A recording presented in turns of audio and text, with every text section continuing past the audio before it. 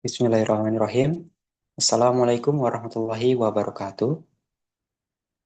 Waalaikumsalam warahmatullahi wabarakatuh. Good Waalaikumsalam morning, warahmatullahi everyone.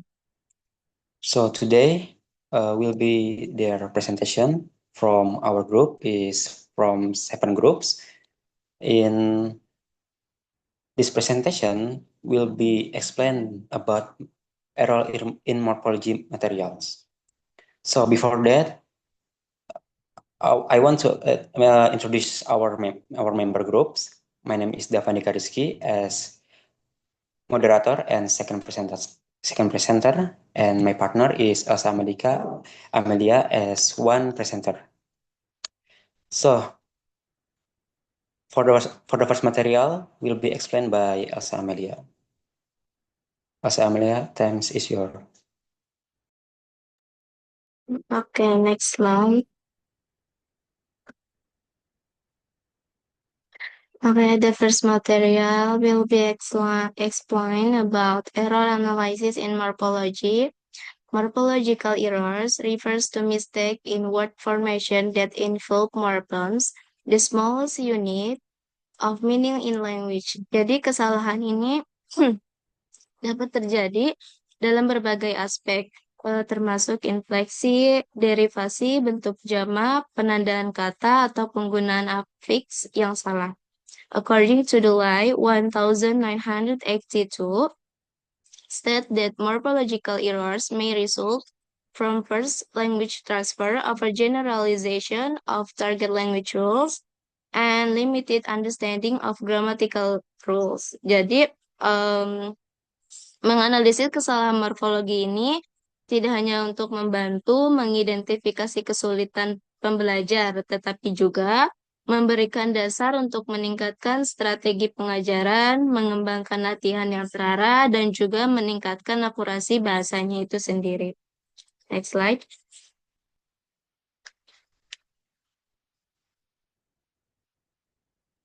Next slide, Arpan.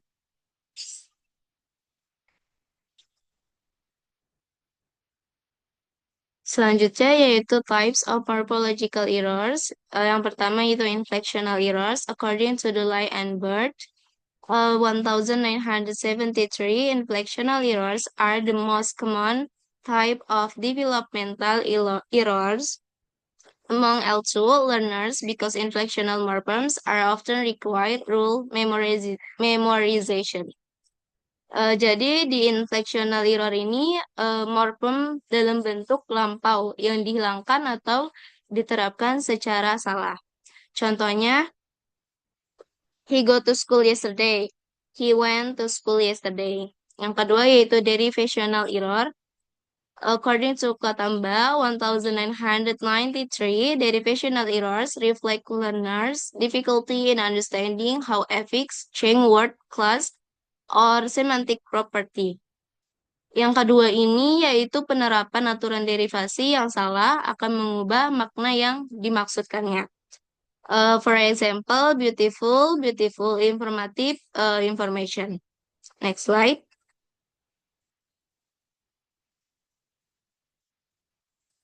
Next slide. Oke. Selanjutnya yaitu omission atau deletion errors. These errors involve leaving out required morphemes in word formation. Jadi yang ketiga ini omission atau deletion errors yaitu morphem yang bentuk lampau yang bagian id-nya dihilangkan. For example, she talked yesterday, she talked yesterday. Dan yang terakhir yaitu addition atau overgeneralization errors. These errors involve adding morphemes incorrectly, often through overgeneralization of rules. Yang terakhir ini addition atau overgeneralization errors yaitu yang menerapkan aturan yang teratur pada kata-kata yang tidak teratur. For example, children buy bulk. Next slide.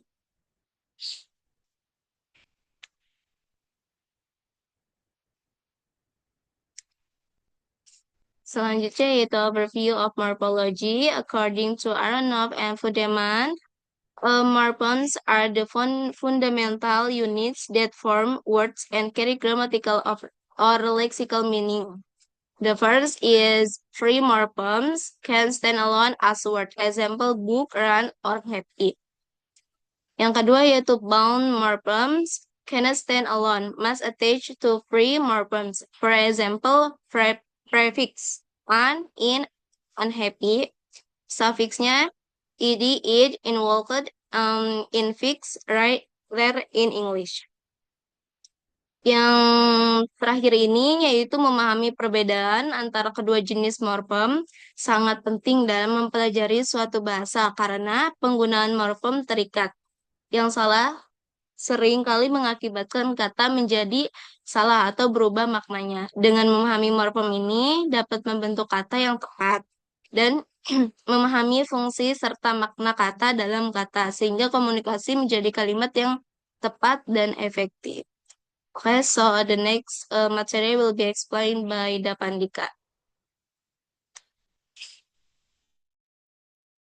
Okay, for the next material is source of morphological error. The first is interlingual transfer or influence of the mother tongue use. These errors occurs when learners apply the morphological rules of their native language to English. For example, include adding inappropriate suffix or using different pattern for word structure. Coder 1981 states that these types of errors occurs when the learner habits, patterns, system, or rules and the learner native language influence the target language. In other words, the student native language or first language influence the process of learning a second language or foreign language. Jadi menurut coder ini, jenis kesalahan ini itu terjadi ketika kebiasaan pola sistem atau aturan yang pengaruh bahasa ibu siswa itu dapat mempengaruhi bahasa target. Dengan kata lain, jadi bahasa ibu itu simpelnya bisa mempengaruhi proses pembelajaran siswa terhadap bahasa kedua atau bahasa asing. They transfer some structure from L1 to produce L2. In second language writing, learners make errors because they cannot separate L1 from 2. Jadi dalam proses pembelajaran, pelajar itu dapat membuat kesalahan karena mereka itu tidak bisa memisahkan L1 dengan L2 dan masih menerjemahkan kata demi kata. However, in error of analysis, interlanguage error are not considered the result of old habits, but rather a sign that learners are in the process of internalizing the new system of the target language. For example, a student writes to peoples as to peoples, pakai S, or even to people, because he thinks that adding S is sufficient from the plural, as is common in English. Misalnya, cat jadi cats. Error like this can occur due to the influence of the first language, where the plural form is usually marked by repetition of the words. Seperti kayak orang-orang, anak-anak, dan jalan-jalan.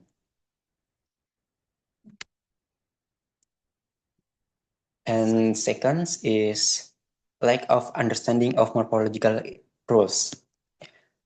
Errors often result from a lack of understanding of morphological rules, including word formation, inflection, and derivation.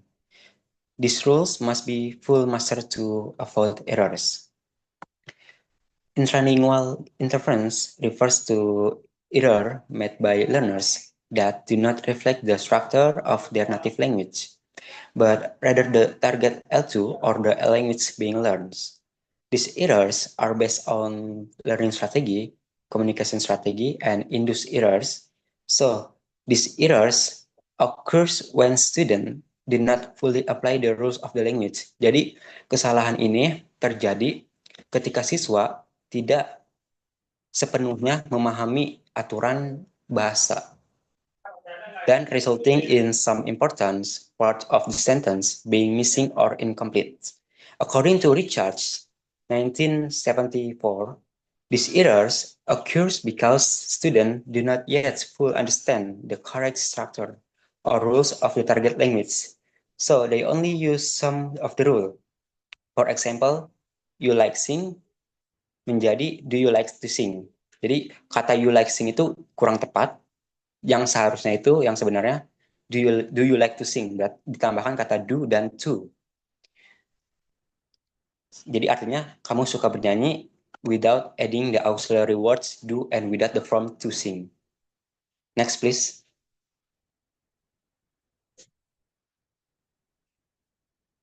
Next, please, Arpan.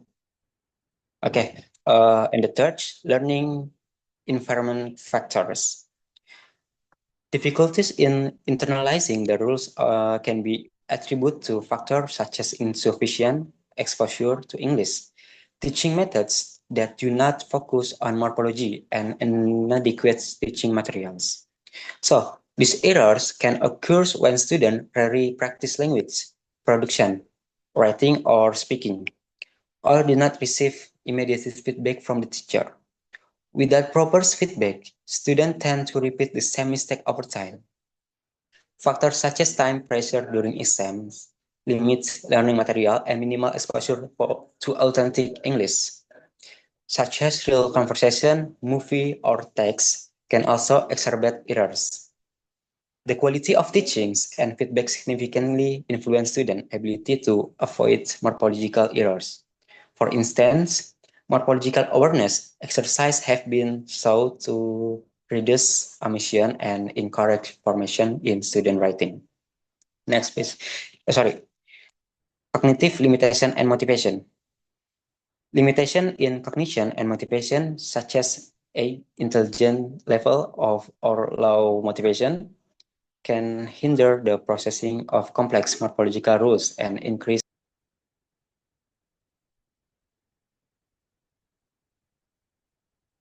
Okay. Cognitive limitation and motivation are psychological factors that influence one's ability to process complex morphological rules.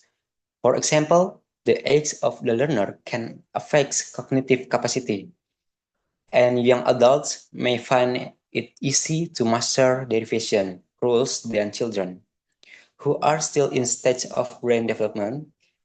Intelligence levels also play a role, as learners with high analytical ability are quicker to identify morphological patterns, and low motivation, often caused by frustration from repeat mistake or irrelevance of the material, and reduce efforts to learn the rules and increase the risk of errors. So in language learning, these factors relate to social and cognitive interaction models, in which intrinsic motivation is built through small success. Next, please.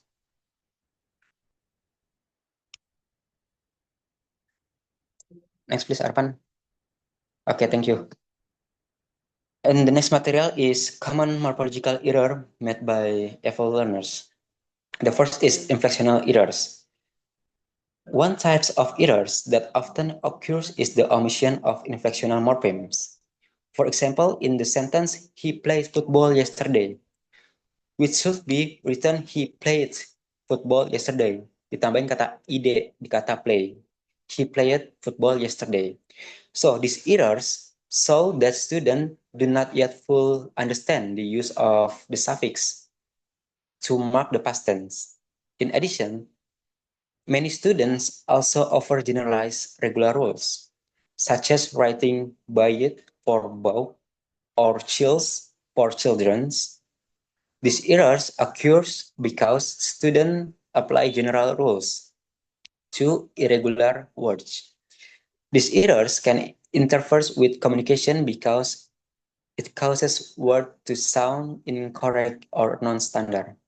To overcome this issue, educators or teachers should provide related practice with irregular words and use visual aids such as inflection table. And second, derivational error. These errors occur when learners misuse prefix or suffix to change words classes. For example, they might change unhappy to unhappily, without considering the appropriate context. These errors occurs due to a lack of understanding of the change in the meaning and function of derivational morphemes. This lack of understanding is often caused by interference from the mother tongue or a lack of exposure to appropriate example. And this is can significantly alter the meaning of sentence, making it illogical. For example, educator can use contrastive example and words analysis tasks to improve understanding of derivation. So next please. Oh no, sebelum. Okay, thank you. And the third, compound errors. Compound errors occur when words are combined incorrectly. For example, writing toothpaste instead of toothpaste. This mistake is caused by a lack of knowledge about English compounding rules, which differ from those of the learner native language or a lack of practice recognizing compound words. And these mistakes can make a communication sound unnatural or appear misspelled. To overcome this issue, educator or teacher should introduce lists of common compound words and provide practice in pronunciation and writing. And the fourth, error in prefix and suffix. Errors involving prefix and suffix often occurs due to a lack of understanding of the function of the function and usage of these elements. Example include choosing or placing the wrong prefix. Example, dislike become unliking, or suffix beauty become beautify, which is incorrect in this context. So these errors involve selecting or placing or suffix incorrectly, which can alter the meaning or function of words. And this issue can lead to misunderstanding, such as accidentally turning a positive word into a negative word. So educators and teachers can use prefix or suffix, table, and contextual exercise to help students avoid this error. Next, please.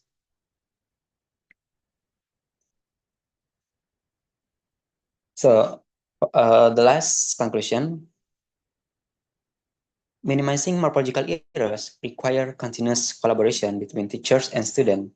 Teachers should provide structured, meaningful, and feedback-oriented instruction, while students should actively engage with English through practice, reflection, and exposure to authentic input by combining awareness, correction, and consistent experience. So learner can gradually improve their accuracy in word formation and overall English proficiency. Jadi kesimpulannya adalah banyak pelajar atau siswa yang masih melakukan kesalahan dalam aturan bahasa karena masih terikat dengan bahasa pertamanya atau bahasa ibu dan belum bisa memisahkan dan membedakan mana yang bahasa kedua dan mana yang bahasa pertama. Dan seharusnya sebagai seorang pengajar atau seorang guru itu harus bisa memberikan latihan, memberikan metode dengan konsep yang sesuai dengan apa yang mendukung siswa tersebut untuk mempelajari dan memahami pelajaran tersebut. Next, please. Okay. So this section is question and answer. If there are any question, you can say your group and your question. For the first, you can say your name. Thank you.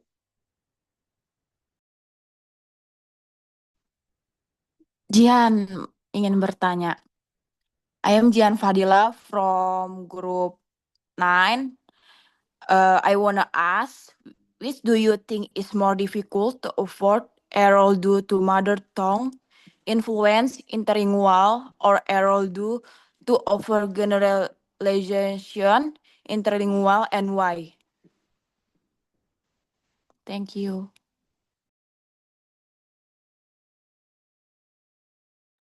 Okay, thank you, Jihan, for the question.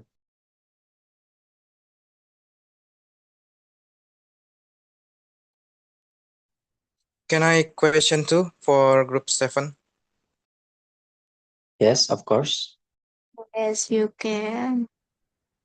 Okay. I want to ask, and the question is, What's your name? oh yeah, forget. My name is Muhammad Abu Nafizal from group 4.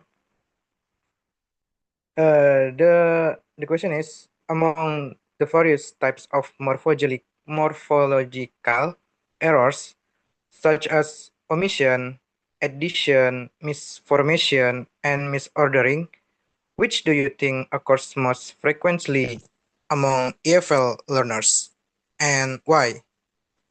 That's it. Thank you. Okay, thank you for your question, Naban.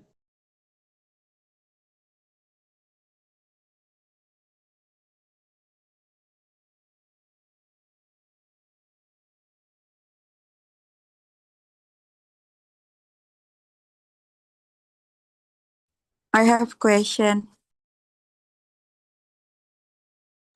Okay. I'm Suci Kintamani from the third group kayaknya. Jadi ada beberapa orang, nggak beberapa orang sih, mungkin tertentu gitu ya, nggak tertentu juga sih. Kayak dia tuh nggak sering sih, kayak kadang keceplosan ngomong more, better kayak gitu, atau enggak more, funnier. Padahal kan itu nggak harus pakai more lagi kan, kalau udah ada IR gitu, kayak better, better, terus funnier kayak gitu, tanpa harus ada more. Nah, itu tuh kayak gitu tuh terjadinya karena kebiasaan first language kita atau kenapa? Dah, terima kasih. Okay, thank you, Suci. Cinta tadi grup berapa, Cin? Grup 3 kayaknya. Oke.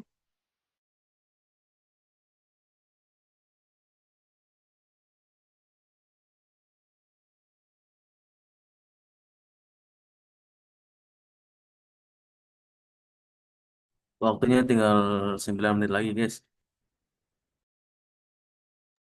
Okay, thank you, Arfan, for reminder.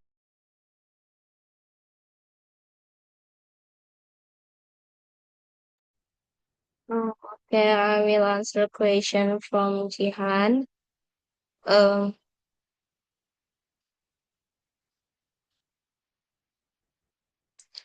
Jadi interlingual errors itu are harder to avoid because they come from the deeply rooted system of the mother tongue use. So intralingual errors are easy to fix since they occur within the target language itself.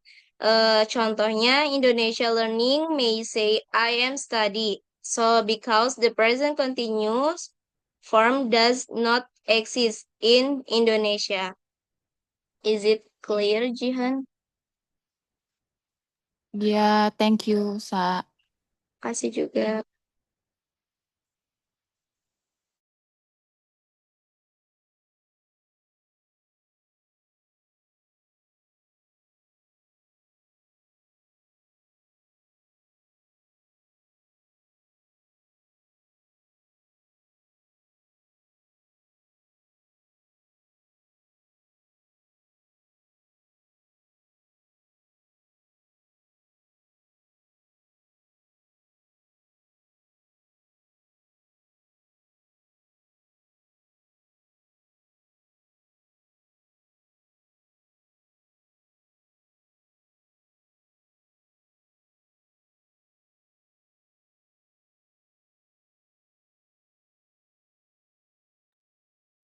Okay, I want to answer the Naban question.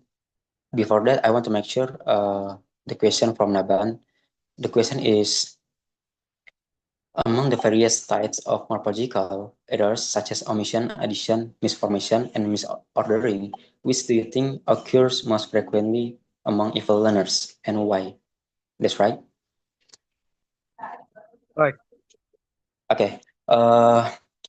In our opinions, one common mistake is misformation, and why? Because which is a type of morphological errors that occurs when the student form words incorrectly by using the wrong affix or morpheme.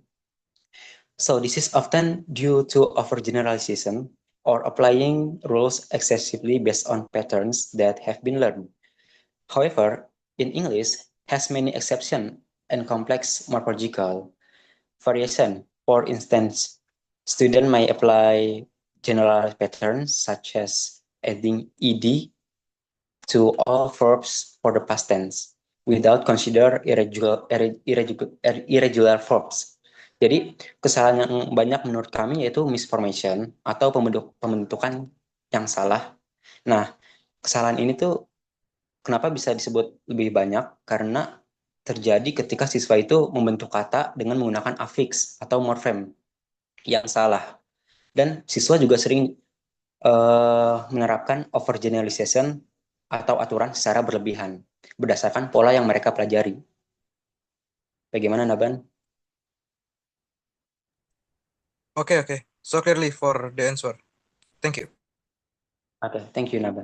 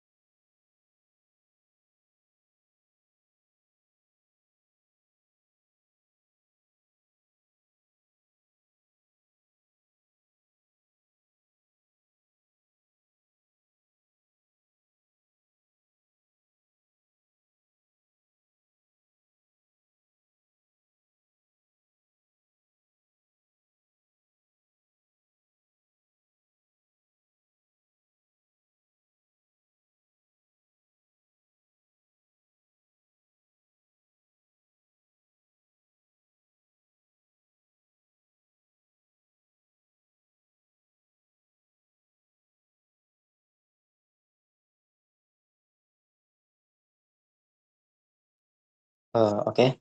I want to answer the question from Suci. Pertanyaannya itu, apakah menggunakan more better itu lebih pengaruh bahasa ibu atau bahasa kedua ya, Suci?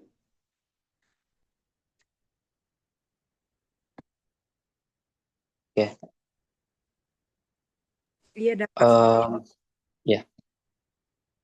Jadi menurut kami itu jawabannya lebih mengarah karena kebiasaan bahasa ibu atau disebabkan oleh terbiasanya bahasa ibu dari sejak kecil. Nah, jadi karena kesalahan ini tuh bisa terjadi apa ya, transfer aturan morfologi dari bahasa pertama ke bahasa kedua. Nah, di bahasa Indonesia itu kan lebih bentuknya itu komparatif. Nah, lebih mengarah ke bentuk komparatif dengan misalkan mau apa tadi, lebih baik untuk better kan. Better itu kan artinya kan lebih baik kan. Nah, jadi itu lebih mirip dengan pola more plus adjective di Inggris. Jadi siswa itu dalam bahasa di Indonesia itu lebih cenderung melakukan overgeneralization. Nah, pola overgeneralization ini dilakukan oleh kebanyakan siswa di Indonesia mengira semua komparatif itu butuh kata more. Padahal kata seperti better, worse, atau father itu sudah sudah pas gitu, nggak perlu tambahan-tambahan lagi. Jadi intinya itu, kesimpulannya itu, kesalahan yang dimaksud oleh Suci itu sebagian besar dari transfer L1, tapi bisa diatasi dengan kesadaran, latihan, dan exposure. Bagaimana Suci? Clear, Dava. Thank you. Thank you Suci.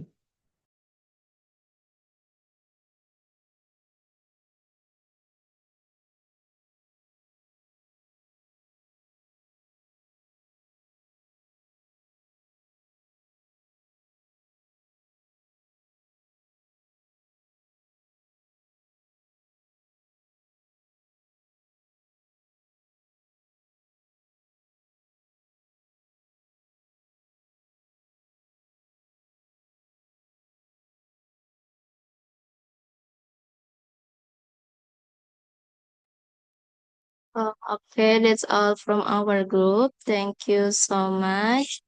Wassalamualaikum warahmatullahi wabarakatuh. Waalaikumsalam. Waalaikumsalam warahmatullahi wabarakatuh.